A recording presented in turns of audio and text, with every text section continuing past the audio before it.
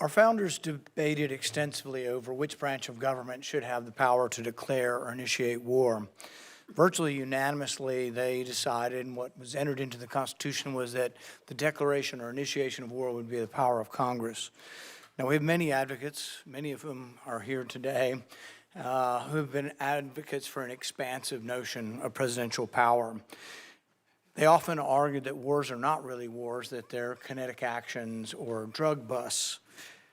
I think, though, if you reverse the circumstances, it becomes very difficult for these arguments to hold up.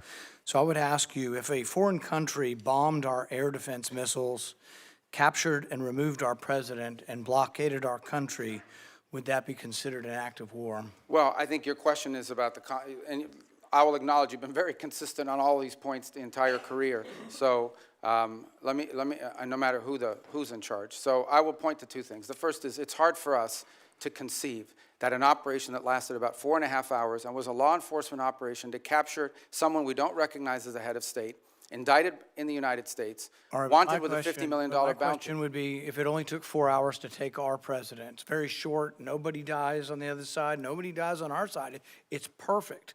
Would it be an act of war? We just don't believe that this operation comes anywhere close to the constitutional definition of war. But would it be an act of war if someone did it to us? Nobody dies, few casualties, they're in and out. Boom, it's a perfect military operation.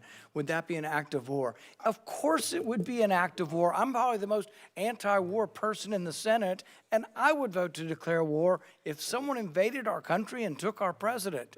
So I think we need to at least acknowledge this is a one-way argument. One-way arguments that don't rebound, that you can't apply to yourselves, that cannot be universally applicable are bad arguments. So my next question would be, let's say it's not a war. And we're just going to define it away and say it's not a war. That's one of the arguments. So it's a drug bust.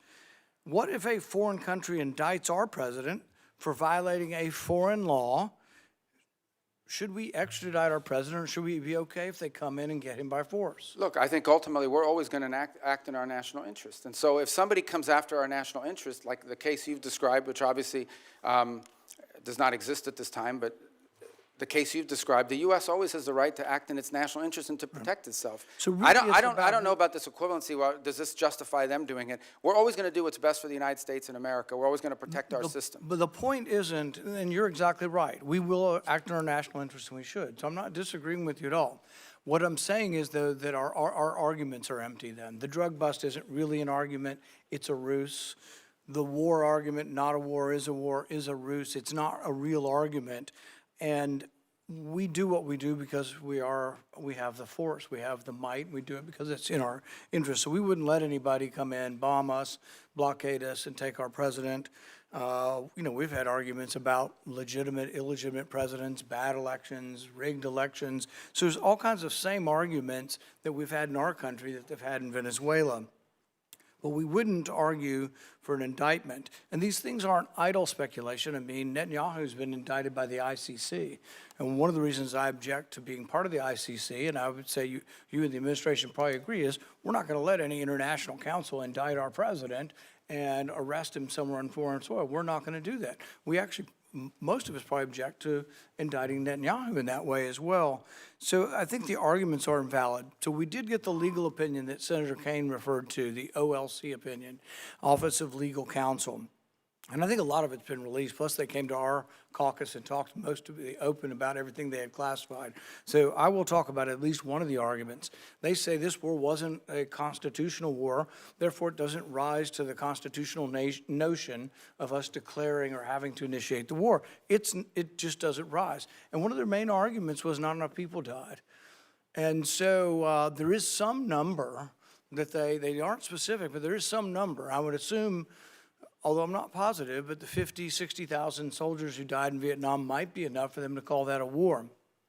But here's the problem. It isn't the number, it's that it happens in retrospect.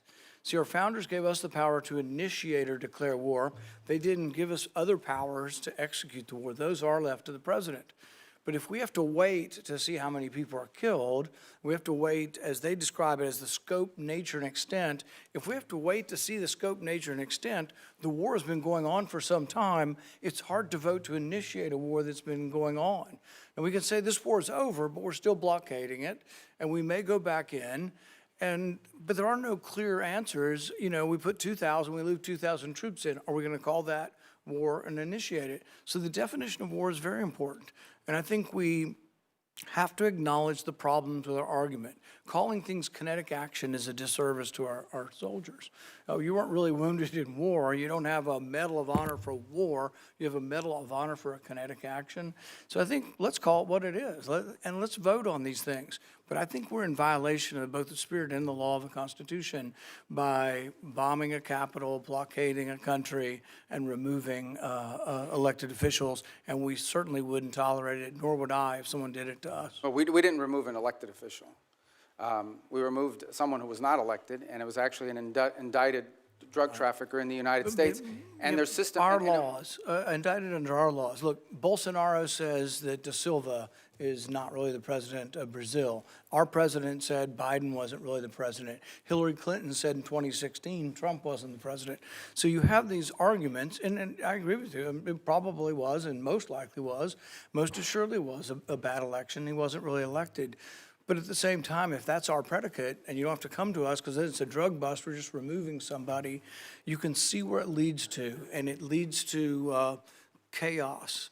And that's why we have rules like the Constitution, so we don't get so far out there that presidents can do whatever they want. It is this check and balance.